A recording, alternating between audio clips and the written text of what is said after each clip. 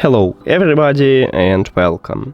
In this video I'm going to show you how to pair your earbuds INFINIX Buds Neo with your iPhone.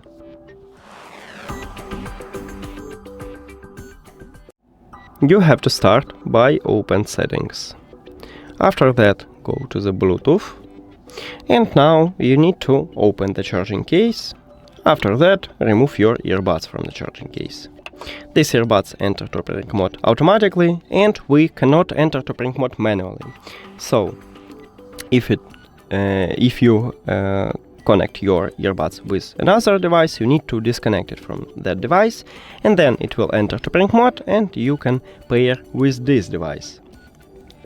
Now we need to tap at these earbuds at the device list, and we did it. Thank you for watching this video. If you found it helpful, please consider subscribing to the channel and leave the like on the video. See you later!